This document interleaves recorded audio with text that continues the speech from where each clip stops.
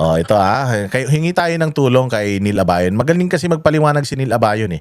Naipapaliwanag natin sa capacity natin pero syempre di man tayo dati man tayo magbubut eh. Hindi naman tayo magaling magpaliwanag patungkol sa batas. So hingi tayo ng tulong sa isang abogado at may paliwanag niya sa atin kung ano ba yung mga nakikita niyang mali dito sa hearing na ito na ginagawa ng Kongreso, ha? Ito, pakinggan natin. Or ng isang judicial process po kung saan nagkakaroon po ng review, determination, and assessment po ng mga legal positions ng bawat parties at ng mga pieces of evidence po nila. Okay? At yung pinakalayunin po talaga niyan is to determine whether or not guilty po ba ang isang akusado. So yan po in a criminal case yung ibig sabihin ng trial. So kaya po yan yung definition na in-apply ko because yung impeachment process naman po is somewhat similar to a criminal case in the sense po na this is also punitive in nature, meaning may penalty po to once ma-convict talaga yung impeachable officer dun sa Senate trial court. Okay, so again, trial po is the part of the judicial process na nagkakaroon ng review and assessment ng mga legal arguments po ng parties at ng mga ebidensya po nila. Okay, so when you say review or assessment po ng legal arguments, yan po yung mga nakikita natin kadalasan sa mga TV programs at sa mga movies. So yan po yung part na nagkakaroon ng mga objection and then nag-explain po yung mga lawyers. Basta kung ano po yung usually nakikita natin sa TV, more or less, yan yung trial process ng isang kaso.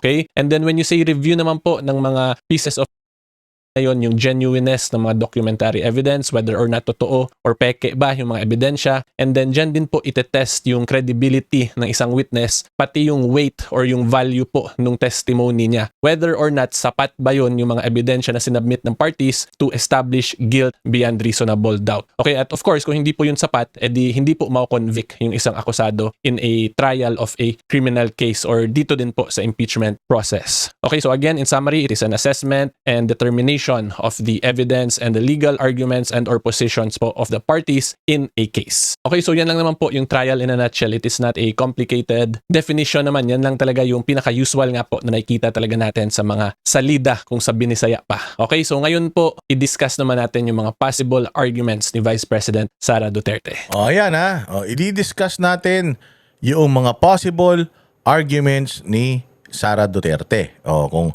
ano yung mga nakikita ni Attorney Neil na pwedeng magamit ni VP Sara o paglabag ng Kongreso doon sa kanilang mandato, which is again the mandate of the Congress is to look for probable cause, to check, to study whether it's sufficient in form o sufficient in substance and sufficient in grounds. Kapag na-establish na nila yon, yung apat na yon, ibig sabihin, ang susunod na step niyan is to bring it to the Senate for the proper trial. The proper trial. Because kapag nakuha mo na yung apat na yon at hindi mo pa dinala yon sa Senate, ibig sabihin lumalabag ka na doon sa right to speedy trial.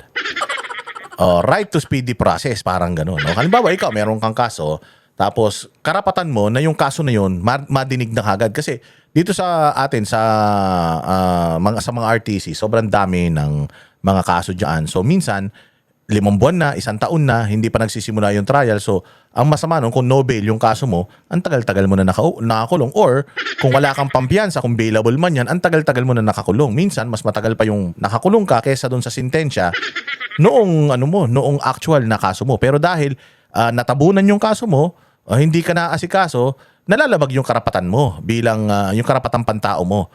Yung karapatan mo para yung kaso mo ay madinig ng agad-agad mabilisan para malaman kung may kasalanan ka ba o wala. Ganun yun. Diretso.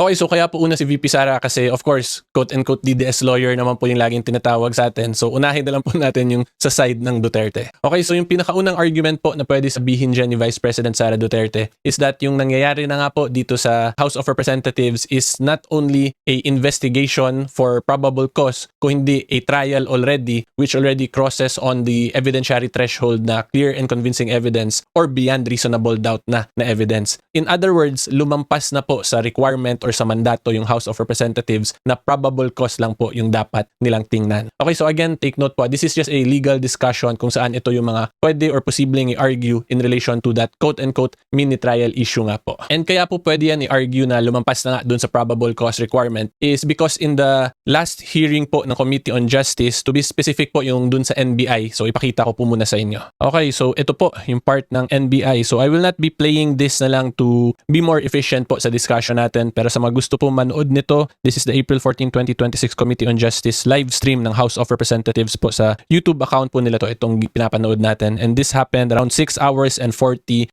minutes onwards, pero you can back read kasi nagkaroon pa yun ng mga preliminary and opening statements po yung NBI. Okay, so going back po to my point here is that ito pong nagrepresent ngayon is an NBI who is an expert on mga signatures, pag-review po ng mga signatures and mga handwriting. Okay? So una po, tandaan natin in the HOR level po, ang determination lang po na kailangan nila is probable cause, diba? And that has been repeatedly explained and stated po by the Committee on Justice and by the rules of impeachment po ng HOR. So when you say probable cause po kasi, ang ibig sabihin ng po niyan, pag ang isa pong tao, ang isang reasonableng tao, tingnan yung mga evidence and yung mga facts provided in a case, ang magiging reaction mo ay mukhang guilty or yung akusado nga yung gumawa ng krimen. Yun lang po yung determinative factor niyan. Probably guilty thereof po yan. Yung exact words na nakalagay po talaga sa rules of procedure na. Oh, yan ha. O, papaliwanag natin. Papaliwanag ko yung part na yan.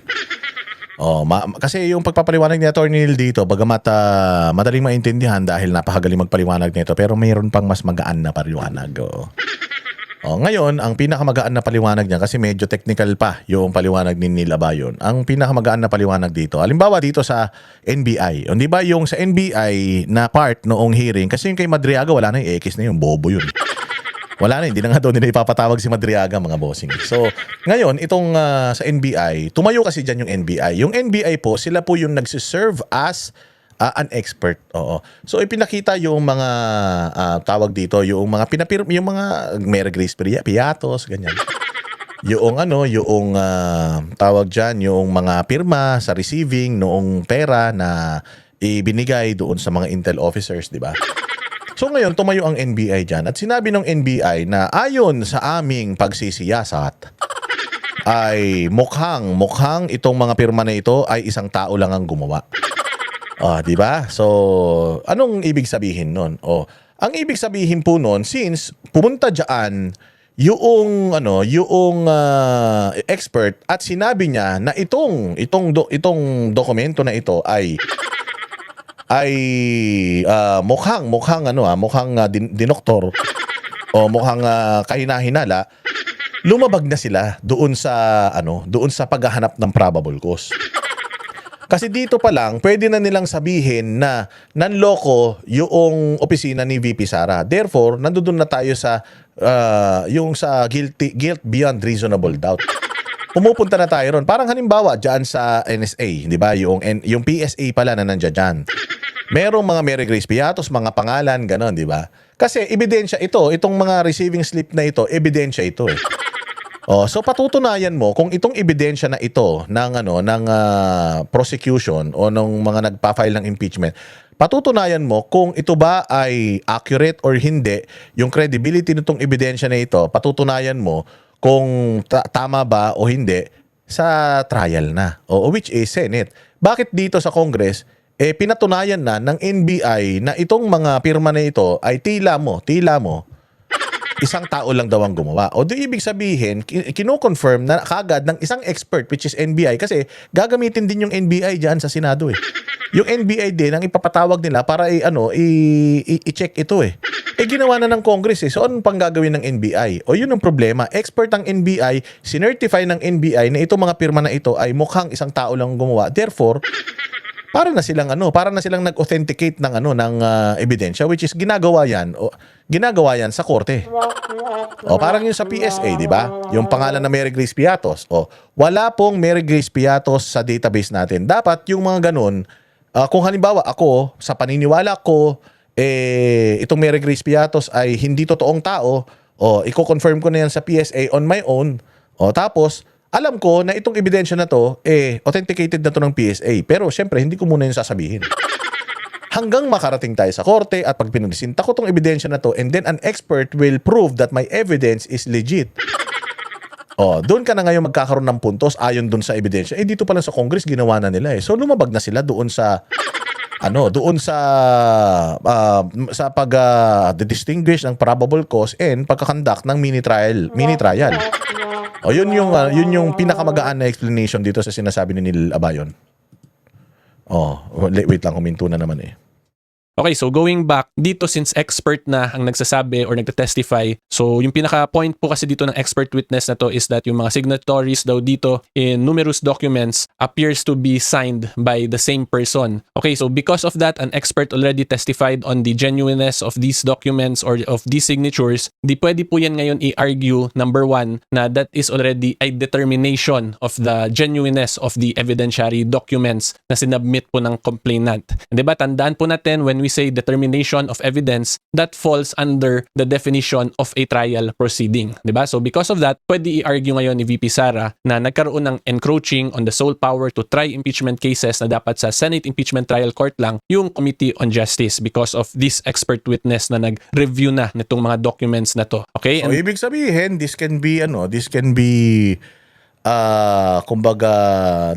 ground for another technical issues sa Supreme Court. Hindi ba ingat na ingat sila? Probing question only. Clarification question only, no probing question. Doon sa part na yun, pwedeng nag-adhere sila, pero hindi nila alam na lumalabag na pala sila doon sa ibang aspeto dahil dito sa mga pagpapatawag nila sa NBI, pagko-confirm nila sa NBI na ito ay legit, palpak itong itong mga pirma na ito. Yung mga pangalan ng mga tao na nag-receive dito walang birth certificate, walang death certificate, walang marriage certificate. Which is ginagawa lang yun sa trial, which is sa Senate. Ginawa na nila sa Congress. So paano na? So ibig sabihin, lumabag na yung Congress doon sa mga teknikalidad. Hindi naman nila dapat ginagawa, ginawa pa rin nila. So merong abuse of discretion. Merong paglabag sa batas. Then pangalawa, since lumampas na nga rin po sa evidentiary threshold, probable cause lang dapat, pero yung pinapag-usapan na dito will fall on clear and convincing evidence nga or beyond reasonable or evidentiary threshold na required lang dun sa preliminary phase ng impeachment sa Committee on Justice, which is probable cause nga lang supposedly. Pero dito, they already encroach on clear and convincing evidence up to beyond reasonable doubt, which is dapat nga po Senate na rin yung mag-determine at mag-review nun. Diba? Kung whether or not yung evidence ba is sufficient to establish guilt beyond reasonable doubt. So yan po yung mga possible arguments as to this. Kaya posibleng matawag talaga na mini trial na yung nangyayari sa House of Representatives. Okay? And then, isa pa po pala, idagdag ko na lang din. In this situation po kasi, since again, dinedetermine na nga yung genuineness nito ng expert witness, so pag iakyat po ngayon yung impeachment case sa Senate Court, tapos i-receive na ng Senate Court yung documents, pag tanggap po nila yon, nagkaroon na ngayon ng determination nga of the genuineness of that document, di ba? So pag sabihin ngayon ng Senate na hindi yan genuine or ipa-verify pa nila o reviewin nila ulit, ang dating niyan ngayon parang baka may ginagawang protection yung Senate, di ba? In the eyes po of the political observance dito sa impeachment process. So yun yung another issue rin na kailangan tingnan kasi yun nga, it is bordering on mini trial, encroaching on trial proper, plus the mere fact na yung impeachment process is quasi-political, di ba? So madaming mga political observants talaga dyan, the Filipino people. So because of this, pag-receive ngayon ng Senate, baka ma-politically persecute din yung senators kung magkaroon pa sila ng mga question and answer in relation to these documents nga na verified or reviewed already by an expert from NBI. And then isa pa po kung let's say i-present ni VP Sara yung legal position niya and evidence niya because naglabas na or nagkaroon na ng expert witness dito ngayon. So in simple terms, kung mag-rebut po si VP Sara dito sa HOR levels, House of Representatives level, that will also now be bordering on a trial process kasi magkakaroon na ng full determination ngayon ng mga legal positions and mga legal evidence and arguments ng parties, di ba? So mapapagbangga na ngayon yung full arguments and defense ni VP Sara versus these allegations. Pero yun nga po, like what I explained earlier, dapat probable cause lang yung tinitingnan. So kung may sapat na probable cause, dapat tinataas na yan siya sa Senate. So yan po yung mga pwedeng i-argue talaga ni VP Sara. Because if she will be presenting all her arguments and defenses, edi parang wala ng purpose ngayon dun sa Senate, diba? Kasi nagkaroon na ng legal determination sa HOR level pa lang. Okay, so yan po yung first na tingin kong possible argument ni VP Sara in relation to that mini trial issue. And then yung pangalawa po dyan is because of the multiple hearings po na ginagawa ng House of Representatives despite them having declared the impeachment complaints as sufficient in form, substance, and in grounds nung nung March pa po or a month ago na. 'Di ba currently nagkaroon na po ng isang clarificatory. O, yan yung sinasabi ko mga bossing ha. Yung right to speedy trial, parang ganun. O, ibang term yung gagamitin ni ano, pero yun yung mas maiintindihan natin eh. Kasi last month pa na ano na yan, na pagbotohan na ng Congress yung sufficiency in form, substance and grounds. So ngayon, ang pang-apat na nga lang yung probable cause. So dapat ang hinahanap na lang nila dito yung probable cause. O kung yung mga ebidensya ba na ipinresinta ng mga complainant, ano ba, sapat ba para ma-impeach si Inday Sara? No. Kasi hindi naman Congress magsasabi kung may nilabag ba si Inday Sara o hindi. Ang gagawin lang ng Congress is i-check yung mga ebidensya na ipinipresenta ng mga nagrereklamo, and doon ba sa mga ebidensya na ipinakikita nila whether totoo yun o hindi, impeachable ba yung ginawa ni Inday Sara? Kasi hanggang doon lang talaga sila. Ngayon, kung impeachable yun, napagbotohan na natin, dapat umandar na yan. Dapat napunta na yan sa Senate para magsimula na. Pero the fact na nagpatawag pa sila ng hearing ng una, okay na yun. Nagpatawag pa sila ng pangalawa, may pangatlo pa at pwede pa magkaroon ng pang-apat, trial by publicity na yun. Sinisiraan nyo na lang yung sinisiraan nyo na lang yung inaakusahan. Hindi ba? Kasi nga, may reklamo, may ebidensya yung nagrereklamo. Kung ano yung ebidensya ng nagrereklamo, i-check mo, sufficient ba itong ebidensya niya? Okay. So, dahil dito sa ebidensya na to, lumabag nga si Inday Sara sa public, ano ba yun? Yung betrayal of public trust. Dahil dito sa kay Madriaga, lumabag siya sa corruption. Ba? Dahil dito sa confidential funds, dahil dito sa mga Mere Grace Piatos na ito, lumabag siya sa sa culpable violation of blah blah blah. Regardless kung totoo itong ebidensya na to o hindi, dapat na yan, dumidiretso na yan sa Senado. Sa Senado na yan pagtatalunan, uusapan, pagdidesisyonan whether yung ebidensya ba nung nagpresenta ng ebidensya patok, pasok, o yung ebidensya naman na pamblock noong depensa mas malakas kaysa doon sa ebidensya na ipinakikita noong mga nag-akusa. It's up for the Senate Impeachment Court to decide. Not the Congress. So ngayon, kung pinapahaba mo pa, ipinakikita mo pa yung mga ebidensya na hawak nitong mga nagsasampa ng kaso, ibig sabihin, tinatrial by publicity mo na yung tao.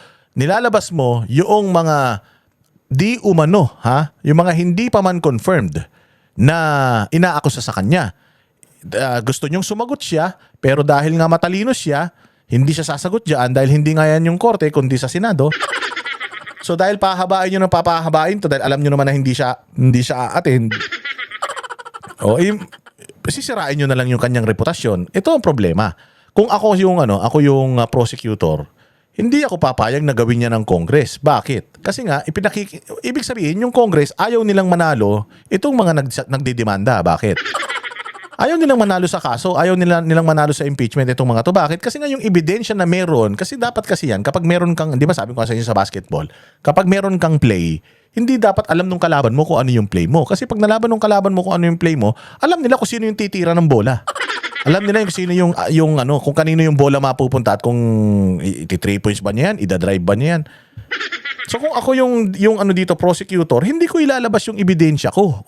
Kasi nga pag nilabas ko yung ebidensya ko, di parang pinakikita ko na yung plano ko, di nakakapaghanda ngayon yung kabilang kampo kung ano yung pangkontra nila dito sa mga inilalabas ng Congress na ebidensya na meron yung prosecution. So ibig sabihin, ayaw din nila or alam nila na mahina itong mga ebidensya na to, it will not go push through or it's not enough to convict Inday Sara sa Senate. Kaya ginagawa nila, kakandak na lang sila ng mahabang hearing in the hopes na makahabol si Leni Robredo sa survey dahil masiraan nila si Inday Sara. Maling-mali yung kay Madriaga Kung ako nga sa kanila, dapat yung kasi Madriaga hindi na nila pinagsalita kasi tinan mo, dito pa lang naalaman na nagsisinungaling si Madriaga. Di pagdating ng Senate, doon magkakaroon ng cross-examination ng cross-examination sa mga testigo o yung mga senador na nakalagay na sa isip nila ngayon pa lang na si Madriaga sinungaling. O di wala na kagad. X na kagad yung depensa na yun. So kung ako yung ako yung gusto ko talagang makulong si Inday Sara, ako yung nagsasampa ng kaso, magagalit ako. Walang niya naman kasi pinatawag nyo pa eh. Pinagsalita nyo pa eh. O di nabawasan patuloy tayo ng ng isang pwedeng ikapanalo natin sa kaso. O dahil na-expose si Madriaga na sinungaling eh. O so yun. April 14, tapos may scheduled pa po sa April 22 and 29. So there are a total of 3 so far na scheduled. Hindi pa natin alam kung later on dadagdagan pa, di ba? So pag ganyan po na may 3 pang hearings and a possible addition pa in the future, despite na it was already declared previously as sufficient in form, substance, and in grounds, pwede po sabihin na yung mga ginagawa ng House of Representatives, Committee on Justice, yung mga hearings na yan, is simply for trial by publicity. Para magkaroon ng political persecution on the side of VP Sara Duterte, which could possibly affect her political capital or political reputation in the eyes of the Filipino people. And kaya ko po kino-consider yung point of view din ng Filipino people because of the nature po of impeachment proceedings. Diba yung definition po niya is sui generis, quasi-political, quasi-judicial, quasi-legal. Diba? So yung sa quasi-political po, dun papasok din or pwede rin natin i-argue na pasok din po dun yung mga ordinary members of the taong bayan who are political observants in the impeachment process, 'di ba? So kung in the eyes po of a reasonable political observant na hindi po pro VP Sara Duterte, tapos tingin po niya ay trial by publicity na 'yon. So in the eyes po ng mga taong ganoon, kung nagiging trial by publicity na, therefore pwede i-argue na it is also encroaching na on the powers of the Senate to try and decide impeachment cases, 'di ba? Kasi yun nga po, kung sa mata ng reasonableng tao, yung House of Representatives ay gumagawa ng trial by publicity, di dapat iakyat na po sa Senado para masunod talaga yung directive na Senate lang talaga dapat yung gumagawa. Once gumagawa na po ng mga procedures or matters in relation to trial proceedings. Okay, so yan din po yung isa pang reasonableng tao, yung House of Representatives ay gumagawa ng trial by publicity, di dapat iakyat na po sa Senado para masunod talaga yung directive na Senate lang talaga dapat yung gumagawa once gumagawa na po ng mga procedures or matters in relation to trial proceedings. Okay, so yan din po yung isa pang pwede gamitin na argument ni VP Sara. So itong second argument, I will be honest with all of you, medyo stretched po to na argument, but because of the nature of the impeachment process being sui generis na may quasi-political angle, tingin ko naman po, kung ako lang tatanungin talaga ninyo, dapat i-consider din po yung pananaw or point of view po ng mga ordinary members of the Filipino people, because yung impeachment process kasi hindi lang siya purely penal in nature, di ba? Kasi we have to remember, lalo na po in this case, yung impeachable officer is an elected officer, therefore yung mga right to vote din po ng mga sumuporta sa impeachable officer na yun ay nakataya din. It is not simply about removing that officer, kasi pag na-remove siya, in effect that is also a disenfranchisement of the support or the vote of those Filipino people who voted for that impeachable officer. So yan po yung position ko, kaya tingin ko pwede rin to gamitin na argument. But again, I will admit to all of you na medyo stretch to siya na argument, but nevertheless, I think it is still a good argument kung let's say ma-discuss talaga to sa Supreme Court. I'm hoping ma-discuss din po talaga to sa Supreme Court para mas maging klaro talaga kung ano ba yung limits ng quasi-political na definition ng impeachment process. So in simple terms po, yung point ko sa argument na to, hindi po pwede magtago sa mga legal terms or legal jargons yung Committee on Justice. Kasi di ba alam naman po natin, in interviews, tinatawag po nila na this is simply a clarificatory hearing for purposes lang of probable cause. Pero yun nga po, kung sa mata at pananaw po ng mga Filipino people, ng reasonable political observance na hindi po bias, ay trial by publicity na, edi hindi po pwede magtago-tago lang sa mga technicalities. Because again, sui generis po yung impeachment process, may quasi-political aspect po siya. Therefore, yung Filipino people as the people who elect their leaders ay dapat makonsider din in these proceedings. And then yung last po na pwedeng argument ni VP Sara dito is yung tinatawag na right to speedy disposition of cases. So ipakita ko po sa inyo yung sinabi or diniscuss ng Supreme Court in relation to that dun sa Duterte versus HOR, the 2025 case. Ayun right to speedy disposition of cases. Kailangan mabilis. Kapag sufficient informed substance grounds and may probable cause na, pasa na kagad yan, pass break na. Hindi na kailangan pang mag-set ng pangalawa, pangatlo, pangapat na hearing. Hindi na. Umpisa pa lang, alam nyo na kagad kung sufficient or may probable cause. Pasa na kagad doon sa korte. Ngayon, kung hindi nyo pa ipapasa yung korte, yung right to speedy disposition of cases, inano ninyo yan? Hindi ninyo sinunod or nilabag ninyo yan. Pag nilabag ninyo yan, yari kayo dyan. Ibig sabihin, nilabag na naman ninyo yung karapatang pantao at yung batas. Ibig sabihin, yari na naman kayo sa Supreme Court niyan.